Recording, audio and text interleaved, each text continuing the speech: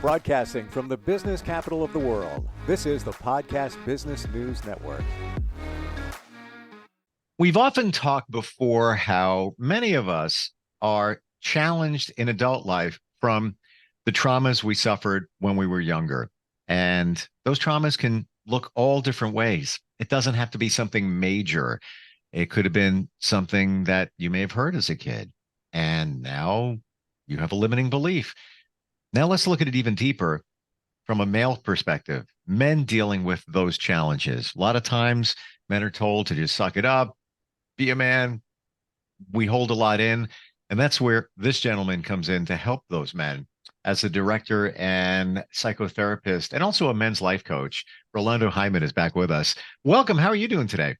I'm doing fantastic, Steve. It's good to be here again. I really enjoy our talks, and I'm hoping that, the men who follow and listen, it will encourage them to, get on board with doing some practical work towards change. It is work. We can't deny that. But then I look at everything we do in life. I don't mean this as a negative, but it's work no matter what. There you meditate, let's just say. What comes with that? They call it breathing work because you have to work at it. And I guess things that are worth working at improve you. Your breathing. If you nail that, you're in a better place. Even your relationships, doing something on the weekend, getting a bunch of people together. It's work. Can't lie. It's work, coordinating all of that, for a fun event or even just a gathering of, let's say half dozen people. For men in these challenges, do you still feel that many men keep this stuff inside? 100%, Steve. One of the things that we look at as we work with men is that there are some things that culture does not subscribe to. So culturally, depending on my geographical location or my ethnic background, there are certain things that I'm expected to not do because in doing it, I'm not accepted as a positive role model to be a man. And so, because of that, Steve, I prefer to hold things in. I prefer to not talk about it. I prefer to not express emotions because if I do, sometimes I'll appear to be weaker than the average. All right. One of the pieces that we talk about in that is the original practice of hegemonic masculinity, where a male is supposed to be dominant and strong and he's more powerful than everybody else, is what a lot of cultures celebrate, which is grounded in the patriarchal belief of how you're supposed to be as a man. So men were not allowed to be human. Men were not allowed to show weakness. Men are not allowed to ask for help of any kind because you're a man, suck it up, buttercup. Be strong, be tough. Okay? So we want to start with dealing with confronting some of the cultural norms if we are going to heal. Do you feel that there are times where men are taken advantage of in relationships? And I don't just mean just the romantic, just in general, because they kind of know that a man is going to hold it inside or not react to it. Surely, surely. And oftentimes, Steve, what I've learned and I've seen is for fear of being seen as not good enough Mm. or as weak, men are taken advantage of. Sometimes when a man is in that space where if he speaks out in his relationship, sometimes even the partner that he's with makes him feel that he's not man enough if he speaks up too much because the partner was taught by whoever they were groomed by as it relates to the nature nurture component. So maybe that person saw their dad being this guy who bury things, don't talk. suffer in silence. Now she meets a guy who says, hey, you know what? I'm vindicated. I'm okay with expressing emotions. Instead of her seeing that as a strength, it's perceived as a weakness. So then her expressions to her partner, or this person's expressions to their partner, is that you're not man enough because you're weak. Hmm. And that's painful to a man's ego. It is, man. It is. So I want to share. I'm trying to remember if I brought this up last time we got together, but I hear more and more in seminars, teaching for men, a lot of different groups that as a man, don't show emotion. Now, that goes against what we're saying here because we want men, or theoretically, we want men to show emotion. You're real, it's vulnerable. Don't keep it, bottled up inside. But to be very careful about how you show the emotion because of a lot of the things that you just said. And especially, I'm going to be honest, in things that I've heard in, reading and such, um, that in your relationships, let's say it's with a woman, that it will be used against you if you show emotion because it's, you're a car, you're the man, car's moving down the road, you show emotion. Now the car is kind of swerving all over the place. What are your thoughts on that? Steve, that's such a powerful question because, you know, men, we are, and this is what I'm saying, Steve. I'm challenging every man who is listening to this podcast right now, or they're watching it, the pre-recording, to be okay to become a catalyst for change, which means you've got to be okay to open yourself up and change the original perception of weakness. We have to change the meaning of weakness by confronting the societal norm and expectation and standing up and be authentic. All right. And the thing, Steve, why as men oftentimes we engage in certain behaviors, especially oftentimes self-sabotaging behaviors, is because of the fear that we are falling out of line with the documentation that was handed down to us from generation to generation. So we have to seek to be catalysts of change by recognizing that, hey, I'm a man, but I'm not a machine. I'm not something that is generated through an AI component. I am also an emotional creature, and I'm proud of that piece. There's nothing to be ashamed of. And if you're in a relationship with someone who makes you feel that you're not man enough because you are being human or authentic, then I would subscribe that the relationship needs a reset. Love that. Is it reasonable to think if a man is going to show emotion I know I'm getting granular here, but Yeah. to define his terms first in his mind. This is my terms for this relationship. We'll just center on relationship. This is what I'm good with.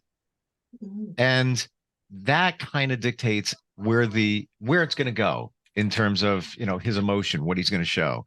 What are your thoughts on that?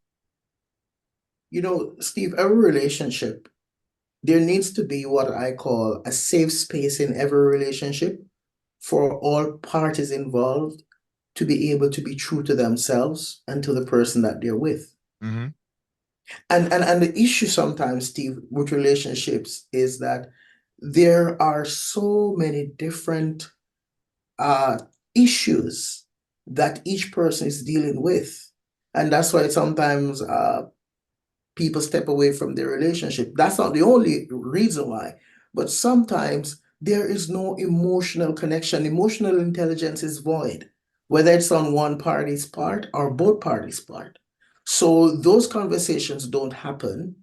And because the lack of having a safe space for those conversations to happen, there's a void in the relationship. And each person continues to seek to find a space where they can actually process those emotions and be validated for processing those emotions versus being seen as having a void or being seen as someone who is not strong enough to be with somebody else. It can be a big challenge if, let's go hypothetical. Let's say man is in relationship with woman. He says something about the relationship. Again, I'm going terms. These are the boundaries. This is what I'll accept. This is really not what I'll accept. He brings it up to her. She gets defensive. He backs down. Now he's not being authentic and true to himself, and he's just going with the flow. But now that stuff is all bottled inside, and deep down inside, he knows this is not me. I'm not being me Mhm. because I sucked it up, if you will, because I got opposition from the other side. And he was being just general. He was being genuine in terms of how he felt, uh, because he felt out of sorts. This is not the way I think the relationship should go. How does a man handle that? I think that happens a lot where he's not picking a fight. He just wants it to be more what he thinks it should be. But then his partner either doesn't want to talk about it or gets defensive, and then it's complete shutdown. Yeah. Truth be How? told, if there's no clarity around what relationship expectations are, then those conversations are going to be hard. It's going to be hard to engage in those conversations with somebody else who they themselves are not quite sure as it relates to where they'd like to go. An example of that is Steve, let's say it this way.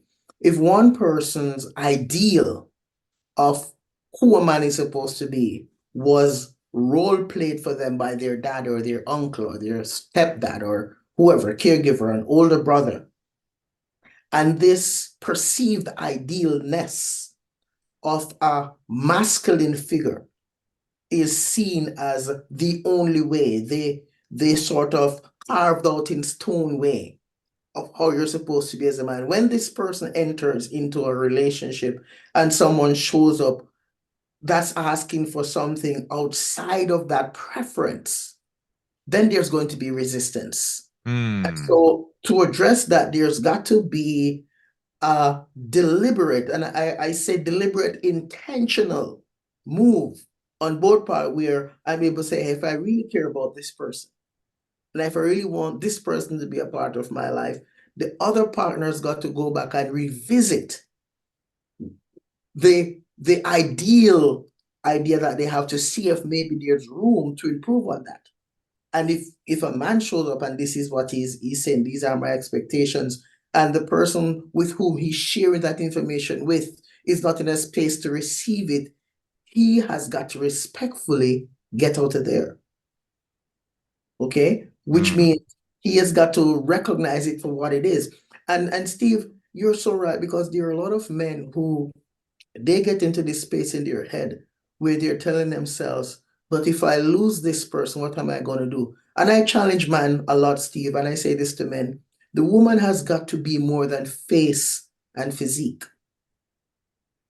There's got to be more to it than that. And if you are saying, she is drop dead gorgeous, she's a goddess, I don't see myself not having her, but her beauty does not go further than face and physique. There's no heart and no head to connect with you where you're at, to offer that emotional stability, that emotional space of safety where you guys can go in sync. Then there's got to be a conversation. How do we get there? Or do you ever get there? Yeah. Thank you for making that clear. And yes, okay, let's say it. And it's been done in research, surveys, studies that men have a fear of being alone. Mhm. So they're with somebody, and to your point, let's say, that she's beautiful, but it kind of ends right there. Now he's got a need for physical intimacy as well. So maybe that's part of what's going on here. But then it's not as good as it could be, probably because you don't have a real emotional connection, if that be the case. And it's time to buy. I think it goes back to your terms. What are my terms for life and the relationship? What do I need to be happy?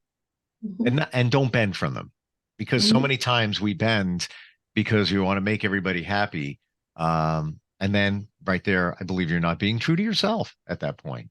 Yeah, yeah. And Steve, let me say to you this way, because a lot of us as men, we're afraid to have tough conversations. Why? Because we believe if we engage in certain conversations, we're compromising our masculinity. So tough conversations oftentimes that involves relationship choices and knowing when to step away, knowing when to let go, not ignoring red flags. And a lot of men, Steve, what we do is we tend to ignore red flags rather, because of our fear of being alone.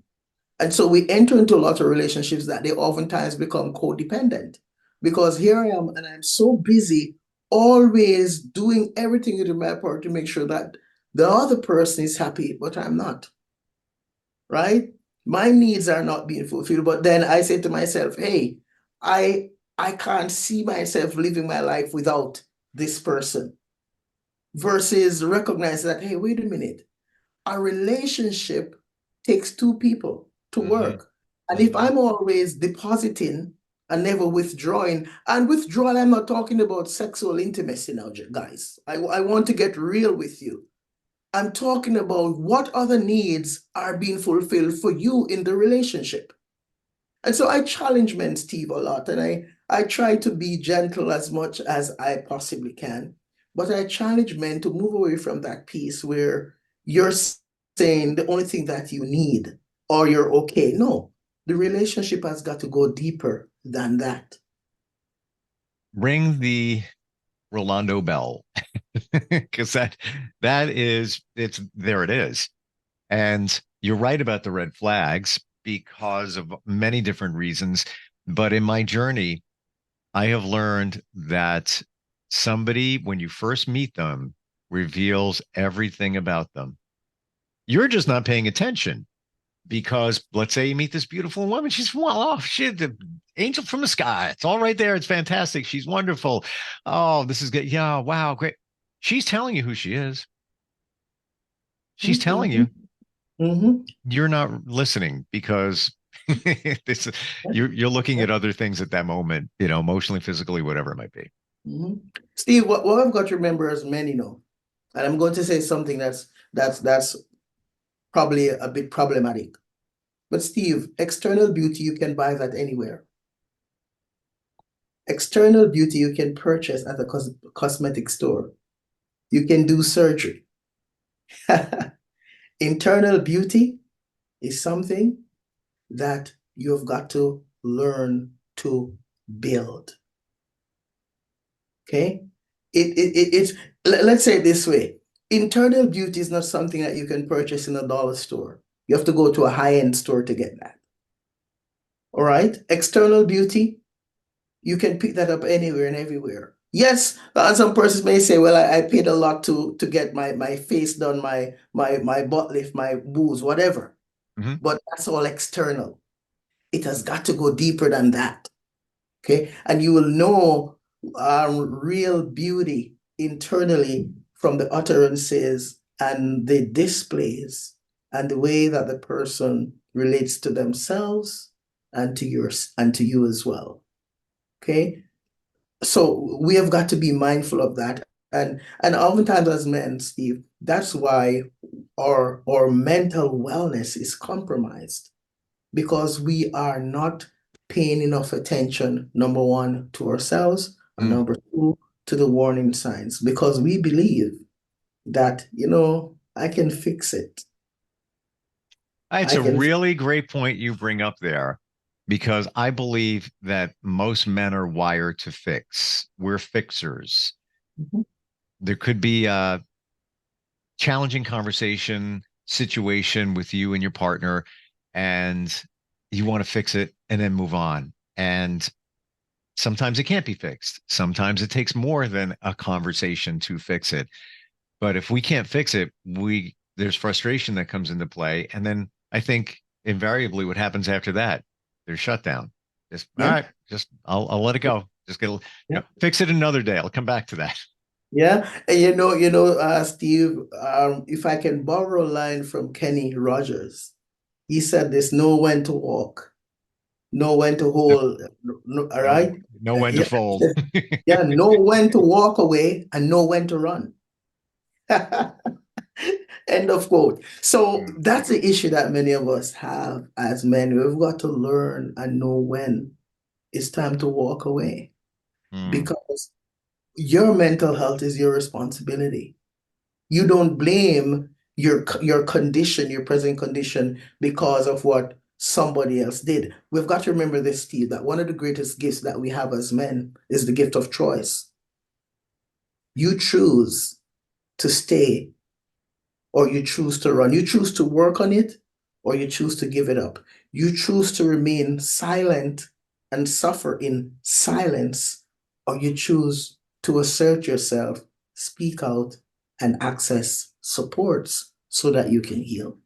And you choose the way you react. Yeah. So let's say somebody is not being authentic or triggering you intentionally. Mhm. You can go off on the deep edge and get angry and ballistic, or you can, that doesn't support me. I'm going to walk away from that.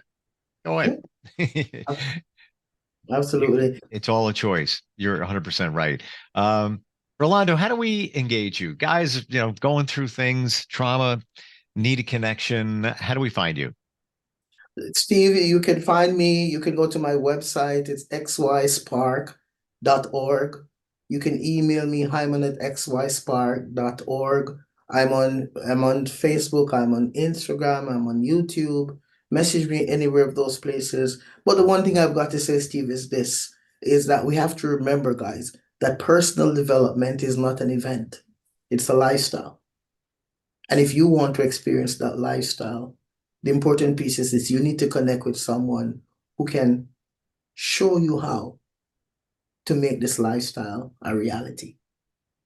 I can say firsthand that I I'm on that journey. It's an evolution, but I'm so glad I started making those changes. And it was based out of a change in life, but so good. Like you see life in a different way. You feel more connected with yourself. Um, but you need to keep your boundaries up there too. But that helps you learn all of that too. Rolando, great having you on here. Great talking today.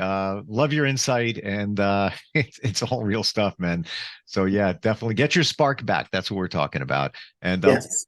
looking forward next time we get together. Thanks again. Thank you, Steve. See you later. We'll be right back.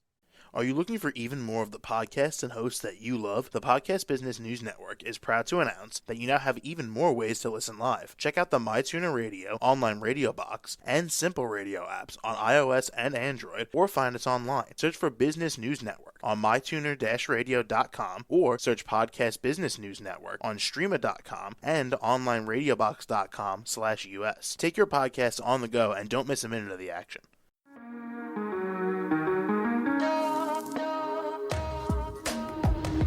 Broadcasting from the business capital of the world, this is the Podcast Business News Network. For nearly 2,000 severely injured veterans, everyday life has become filled with barriers. Day-to-day simple tasks can become pretty daunting. I have to carry my chair up 2 flights of steps or have somebody do it for me. What scares me the most is just the falling. When I'm struggling with my house, I think, to have that one great barrier just knocked down, it's crucial. Home for Our Troops is a wonderful nonprofit that builds a mortgage-free, fully adaptive, handicap-accessible house. And there's no catch. It'll be our very first home that we've ever owned. This is a game changer. This is where your life begins again. We need you to join us in completing this important mission. Please visit hfotusa.org